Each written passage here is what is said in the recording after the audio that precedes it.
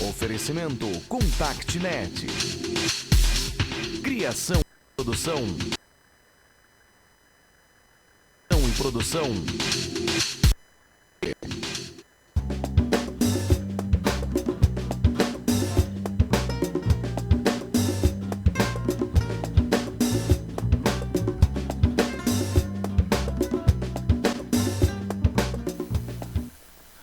Olá, internauta da Just TV, muito boa tarde. É sempre um prazer esse nosso encontro de todas as quintas-feiras, às 3 horas da tarde, aqui pela nossa Just TV. Eu sempre gosto de contar com a sua audiência, com a sua participação no nosso programa. E, como você sabe, nós estamos aí já partindo para a nossa terceira temporada aqui na Just TV, né? Estamos partindo já para o terceiro ano de Ponto de Contato, onde esse programa, que é produzido, que é criado pela ABT, traz, né, vem trazendo ao longo desses anos que estamos aqui, pessoas, executivos, profissionais interessantes e que tenham, através do seu trabalho, que possam contribuir justamente com a sua vida profissional e a sua vida pessoal também. Esse é o nosso objetivo, é o objetivo da ABT, e acredito que ao longo desse período a gente tenha aí contribuído e trazido pessoas interessantes. E hoje, o nosso convidado de hoje também é uma pessoa que vai trazer um tema muito interessante e que serve para qualquer um de nós brasileiros.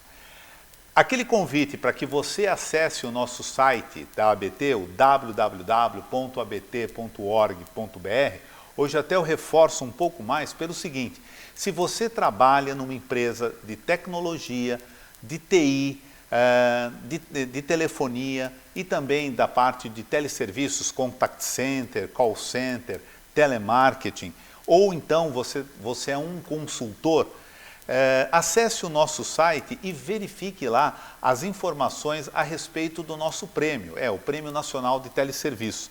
Este ano nós vamos para a 6ª edição do prêmio e este prêmio que a ABT faz é justamente para premiar os relacionamentos, né, os bons relacionamentos das empresas com os seus clientes. Então, se você quiser participar, se você quiser saber como que funciona o regulamento desse prêmio, acesse o nosso site www.abt.org.br.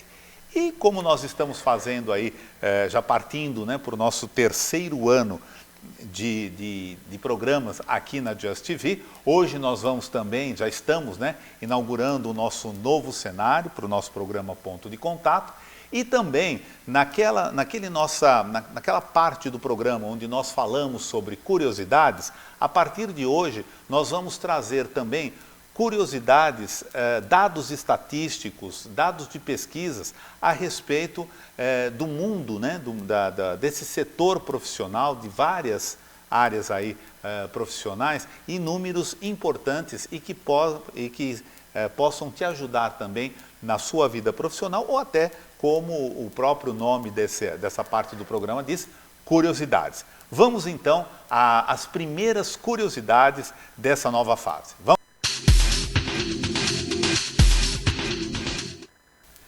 Bem, a busca por profissionais da área de tecnologia continua ainda muito aquecida. O setor de TI não consegue preencher as vagas abertas e o número de graduados é insuficiente. 750 mil é a previsão de postos de trabalho. Olha lá, 750 mil postos de trabalho serão criados pelo segmento até o ano de 2020 no nosso país.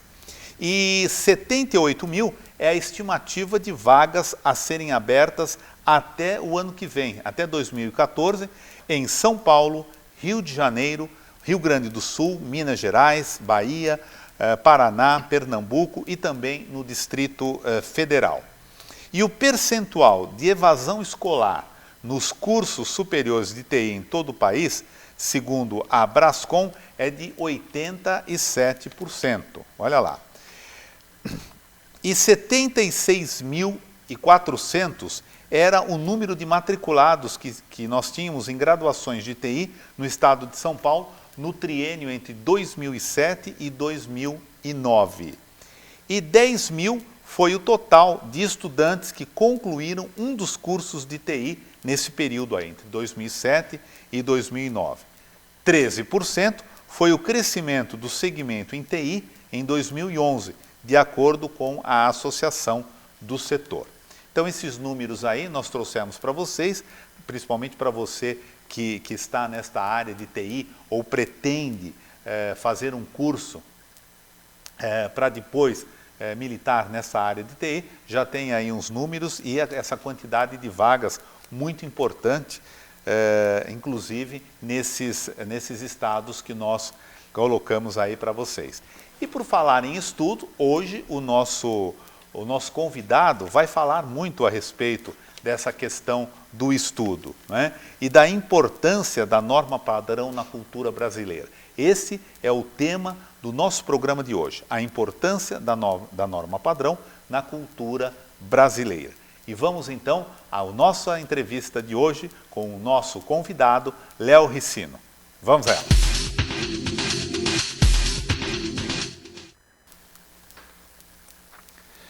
Bem, o nosso convidado, Léo Ricino, ele é professor, mestre em Comunicação e Letras pela Universidade Mackenzie, é professor na FECAP, Fundação Escola de Comércio Álvares Penteado, e também é instrutor na Universidade Corporativa da Ernest Young. Ele acumula 46 anos de experiência em sala de aula, do ensino fundamental ao pós-graduação. E o Léo está, juntamente com Sandra Helena Terciotti, ele está aí lançando um livro muito interessante com o título Redação na Prática, um guia que faz a diferença na hora de escrever bem, e principalmente para cursos de graduação e concursos públicos. Esse aqui é o livro do Léo e da Sandra, tá? Redação na prática. E é sobre a parte de redação, sobre o livro, sobre a nossa língua portuguesa, é que nós vamos conversar com o Léo. Léo, muito boa tarde, seja bem-vindo ao nosso ponto de contato. Boa tarde, é um prazer. Léo, o jovem brasileiro, né, e o executivo e o profissional brasileiro, escreve e lê mal? Bom, não dá para generalizar. Existem executivos que, infelizmente, escrevem mal. Existem jovens, de vez em quando eu me surpreendo com alunos de 16, 17 anos que escrevem magistralmente bem. Então, é uma situação difícil, não dá para generalizar em hipótese alguma. Agora, o domínio da norma padrão é que eu sinto um pouco em queda nos últimos, não é recente não, nos últimos 40, 50 anos. Você acha que isso pode, que a tecnologia, né, a internet, os e-mails, os Facebooks da vida, pode ter contribuído para essa queda na questão da escrita? Porque ele se usa até uma linguagem específica, né? Os internautas usam algumas palavras específicas para se comunicar e tal. Isso pode ter contribuído? Humberto, na realidade é o seguinte, se o índice, a intensidade de leitura viesse a aumentar, nada disso atrapalharia. O problema é a ausência da leitura, propriamente dita. Porque a linguagem, que as pessoas até confundem com língua, linguagem é a capacidade de manifestação do que vai no seu cérebro, do seu pensamento. Você tem 4 formas tradicionais, que é a fala, a mais natural, a escrita, que já requer uma padronização, a mímica, que também sempre foi muito usada, e de uns 30 anos para cá, o que a gente pode chamar de internetês. O que se faz na internet é válido na internet, não pode ser transportada para a escrita. A escrita necessariamente requer uma norma padrão. Agora, se as pessoas começarem a misturar, e eu ainda não tenho notado isso, os textos empresariais são textos livres de internetês, ninguém bota VC num memorando, numa circular, ninguém faz isso, ninguém bota TB, tudo de bom, enfim. Essa linguagem típica da internet e que é válida na internet. É uma nova manifestação da linguagem. Então você tem 4, essa é uma delas. O que as pessoas têm que tomar cuidado é o mesmo cuidado que se tinha da diferença da fala para a escrita. Falar é uma coisa, escrever é outra, completamente diferente. Então não se pode abrir mão da escrita. Esse é o problema. A escrita serve como uma espécie de freio para a língua, senão a língua tende a se deteriorar. Então, não vamos generalizar. Agora, a questão da leitura, não é? Ajuda muito e é muito importante para esses jovens. Fundamental, fundamental. E quando eu falo leitura, eu não estou falando leitura de um Machado de Assis, que seria maravilhoso se todo mundo pudesse ler, de um Carlos Drummond. Estou falando leitura mesmo, jornal, revistas, mas livros também, poemas. A leitura é fundamental. Quanto maior o nível de leitura, maior a capacidade de raciocínio, de solução de problemas. O cérebro está em ebulição, está trabalhando. A leitura é algo fundamental e não se pode abrir mão da leitura. Mas tem que ser a leitura certa. Por exemplo, eu não concordo que na FUVEST, por exemplo, eles mandem ler um garoto de 16, 17 anos, Grande Sertão Veredas, Memórias Pós-Brás Cubas. Isso é muito bom de ler, mas quando você tem 40 anos, 35, 40 anos, quando você tem repertório para ler aquilo, por que não explorar contos, crônicas, que são tão ricos e são meio abandonados? Então a leitura é fundamental.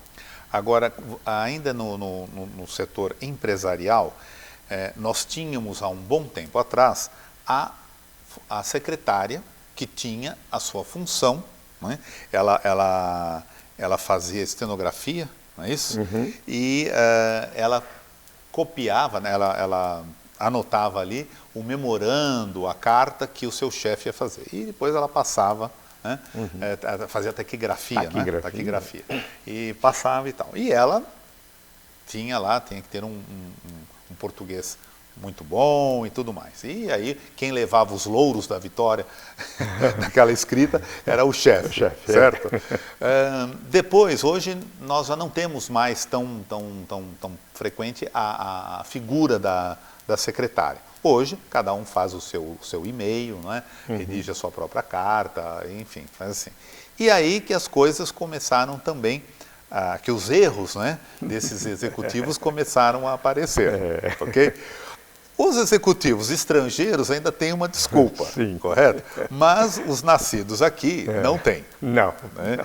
E não pode... Ou não deveria ter. Não deveria ter. E também nem sempre pode se dar aquela desculpa, pô, aqui o meu dedo aqui, ao invés de tocar no X, tocou no S ou no Z. É tudo esfarrapado. Alguma coisa nesse sentido. Você que faz esse trabalho, né, que você dá palestra, que você dá curso também para executivos em empresas, quais são as maiores dificuldades dessas pessoas? Bom, o que elas pedem mais para você? Mas ainda existe a secretária trabalhando. Eu mesmo na FECAP dou cursos para secretárias. Agora, nas empresas, porque uma coisa é o domínio da gramática. Não é isso que se pede. É bom que você tenha esse domínio mínimo de gramática, que você saiba o que é um substantivo, o que é um verbo, etc. Mas o problema na empresa está naquilo que a gente chama de dificuldades genéricas da língua. Existem muitas coisas que são difíceis mesmo. Por exemplo, acentuação gráfica, se a pessoa não sente a lógica daquilo, vai ter sempre dificuldade para acentuar.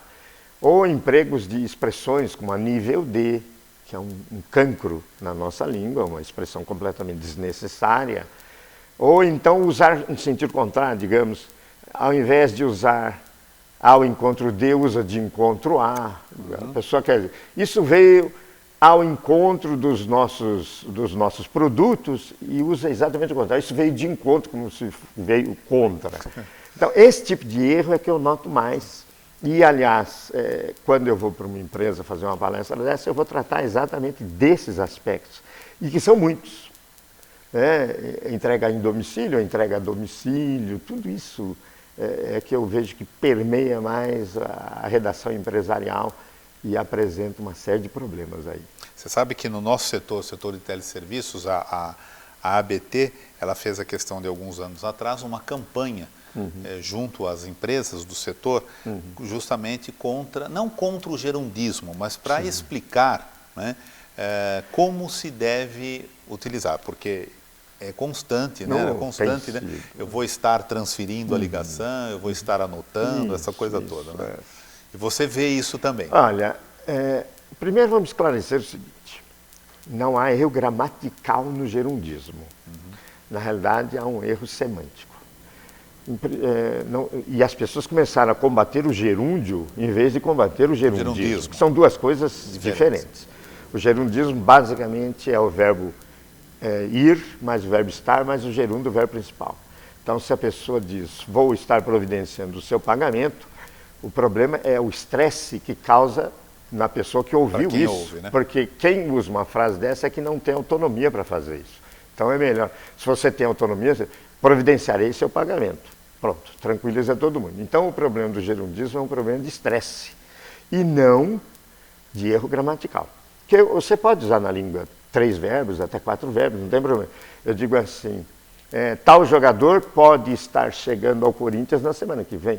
Então eu usei 3 verbos, pode estar chegando, e não tem problema nenhum. Agora, o verbo ir, mais o verbo estar, mais o gerúndio do verbo principal, é o que se denomina gerundismo e que é usado principalmente para as pessoas que não têm a competência para resolver determinadas coisas. E aí, quando uma pessoa fala, vou estar passando a ligação para outro, você vai esperar no mínimo o dobro. Porque ele está tirando o macaquinho do seu ombro e está transferindo para alguém. Exatamente. Está certo. Está gostando do nosso papo com o Léo? Tem alguma pergunta a respeito da nossa língua portuguesa? Então, por favor, utilize esse espaço que tem logo abaixo da nossa telinha, faça a sua pergunta e com muito prazer a gente vai passar aqui para que o Léo responda. Léo, ainda com relação a essa questão das regras que você estava dizendo, muitos dizem que eles não gostam de português porque justamente é uma língua com muitas regras e muitas exceções. O que você pode responder para essas pessoas sobre isso? Olha, eu posso responder o seguinte, quem tem regra em excesso é matemática, é física, é química, língua portuguesa não. A língua portuguesa, na realidade, tem apenas 2 conjuntos de regras, que são as regras de acentuação gráfica e as regras de ortografia, só. E esses 2 conjuntos não apresentam nenhuma exceção. Aquilo é assim e acabou. O que nós temos, por isso se chama norma padrão, o que nós temos são normas de uso adequado, que se chama norma padrão, para que a língua não se desvirtue. Imagine você, Humberto, o seguinte, como é que se fala em Florianópolis, como é que se fala no Rio Grande do Sul, na fronteira com a Argentina, com o Uruguai, como é que se fala em Quixeramobim, lá no Ceará, se isso não tivesse uma norma que todo mundo entendesse. Quando você pega o Jornal Nacional, o Jornal da Band, o Estadão, a Folha, a Veja, você tem que escrever numa língua que todos entendem, e todos entendem a norma padrão. Nós não entendemos os regionalismos, por isso que é preciso ter uma norma padrão. Ela é fundamental. E ela não tem regra, ela tem norma. Regra são só esses 2 conjuntos. As regras de ortografia, que são já, não sei se definitivas, mas que estão aí há muitos anos, desde 1909, e as regras de acentuação gráfica. Essas, de vez em quando, sofrem algumas mudanças. Norma é uma coisa, regra é outra. Agora, na redação empresarial, né, é usada, naturalmente, a norma padrão. Agora, porém, mesmo assim, há casos complicados. Né? Eu tenho aqui um exemplo. O certo é 10 mega ou 10 megas? Né? 10 gigas ou 10 giga? Né? Eu tenho visto sempre sem plural essas palavras. Como é que funciona? Então, a lei do menor esforço, ou a lei do mínimo esforço, faz a gente reduzir as palavras. Você tinha quilograma, reduziu para quilo. Você não compra 2 quilos de açúcar, você compra 2 quilos. Quilo quer dizer 1000. Um radical grego que significa 1000.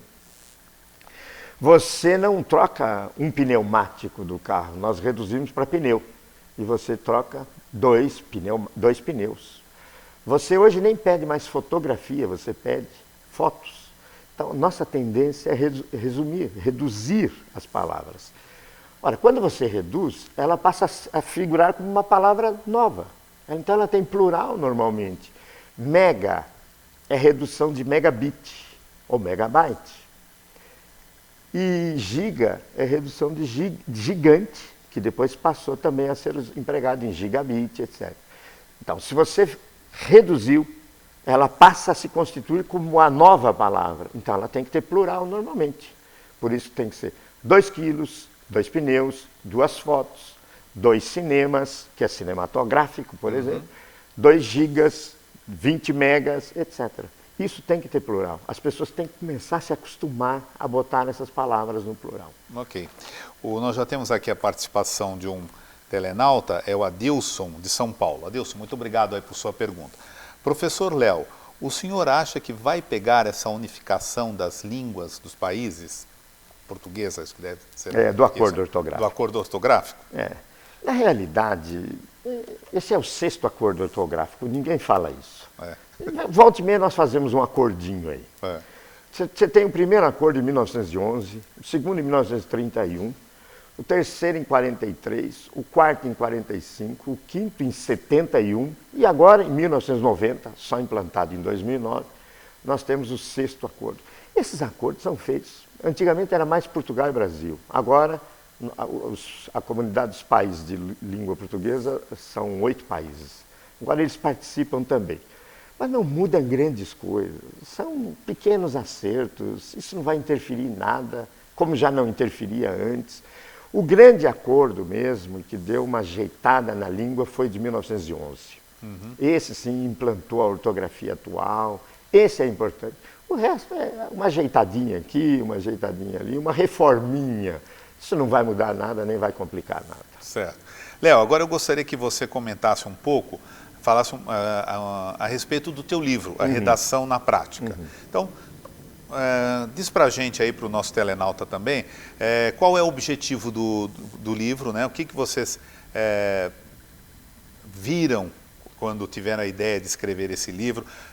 Ele é dirigido para um público específico ou para qualquer pessoa que goste ou que queira aprender mais sobre a nossa língua? Ok. Nós partimos do seguinte, de frases que a gente pegava no cotidiano, fosse de emissoras de rádio, fosse de memorandos de empresa, fosse de textos da internet, tudo que se relaciona à comunicação, nós fomos pensando frases e a partir dessas frases nós compusemos o livro. Ou seja, aquelas frases que apresentavam alguns erros. Eu, inclusive, fotografei vários lugares com frases erradas. Por exemplo, tem uma padaria que diz pão fresco a toda hora e mete uma crase no a toda hora. Sei.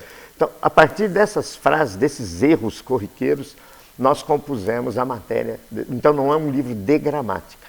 É um livro realmente voltado para as dificuldades da língua. Nesse sentido, ele serve para qualquer pessoa. Qualquer pessoa que queira tirar uma dificuldade, ele não esgota, é claro, porque as dificuldades são número muito grande. E nós embasávamos nas normas, aquilo que é considerado norma padrão. Então nós corrigíamos esses textos errados, baseando-nos naquilo que era a norma padrão.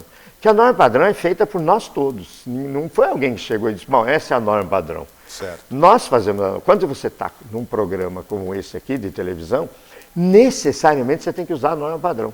Então nós estabelecemos. Então é preciso que a pessoa tenha o domínio da norma padrão. Então esse livro é voltado para isso, para que a pessoa adquira um pouco mais de firmeza na norma padrão. Agora, por que vocês colocam aqui? Para cursos de graduação e concursos públicos? Porque tem aparecido muito esses problemas nos concursos públicos, principalmente. Eles têm abandonado um pouco o simples conhecimento gramatical, como substantivo, adjetivo, e acertadamente virado mais para a pergunta, mais para a parte prática, para a parte objetiva. Esse livro ele é voltado mais para a parte prática. Então, é endereçado a esse povo também. Okay. Esse é o primeiro livro? Não, esse é o segundo. Já tinha um livro lançado em 86, mas que não tem mais, não houve segunda edição. Chamava-se Gramática Simples, Sei. em 86. E este é o segundo. E eu escrevo também para 2 revistas. Conhecimento Prático, Língua Portuguesa, e Conhecimento Prático, Literatura, da editora Scala. Ok. E esse livro está saindo pela editora Saraiva e já está em todas as livrarias? Já está então. Ok. Léo, nós já estamos chegando quase ao final do nosso programa, mas eu queria que você deixasse uma mensagem aí para os nossos telenautas, para as pessoas que têm assim, uma certa dificuldade até, principalmente na questão da escrita, não é? Ou que querem aprender mais sobre a nossa língua portuguesa. Quais são as dicas que você pode deixar para essas pessoas? Ok. Eu vou dizer que a primeira dica, e que eu acho a mais fundamental de todas, é um depoimento que eu vou dar. O maior professor de língua portuguesa que eu conheço na minha vida chama-se leitura. Ninguém supera a leitura. Então, se a pessoa tiver muita dificuldade, ela tem que ler 8 vezes mais do que ela gostaria de ler. Então, a leitura é fundamental. Ler editoriais dos grandes jornais de São Paulo, a Folha e o Estadão, eles têm editoriais preciosos. Os ensaios da revista Veja, da Isto É, da Época, são ensaios muito bem compostos por pessoas que têm um domínio muito grande. Então, se você tem realmente dificuldade, além de ter um livro base para você consultar ali, habitue-se a ler. Ler é fundamental. Certo. E no caso de as pessoas que estão se preparando aí para vestibulares e tudo mais, tem alguma dica básica? Aí não tem jeito, porque aí eles têm que ter um domínio gramatical, obrigatoriamente, porque eles continuam perguntando algumas coisas de gramática, mas se reparar bem, as perguntas de língua portuguesa têm se voltado mais para o cotidiano, para o conhecimento, ou seja, para a cultura, para a leitura do dia a dia da vida. Não tem como não ler, certo. Fundamental. É isso aí. Até para criar opinião, né? Claro, quanto mais repertório você tiver, mais livre você é para ter sua própria opinião. Com certeza. Léo, na sua biografia a gente falou a respeito do teu trabalho como professor, você também dá palestra, você também dá curso em empresa. Então, as pessoas que querem conhecer melhor o teu trabalho, que querem, inclusive, ver com você uma palestra que você possa dar ou montar com você um curso, quais são os meios que elas podem entrar em contato com você? O primeiro seria meu e-mail, né? leoricino, uma palavra só, leoricino@yahoo.com.br. Mas também pode entrar em contato pelo meu celular, 989-661860, e eu estarei à disposição. Ok. Léo, muito obrigado por sua participação aqui no nosso programa. Em nome da ABT, nós desejamos sucesso, né, para você e para a Sandra nesse livro, que esse seja assim o segundo de uma série, porque sim. Com certeza o que vocês estão fazendo, né, vocês estão ajudando justamente esses jovens, não só os jovens, porque tem também as pessoas mais adultas a aprenderem a escrever mais, né, mais e melhor, né?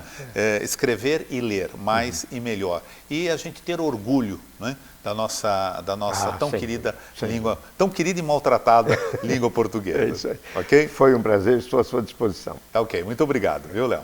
Vamos então rapidinho para a nossa agenda da semana.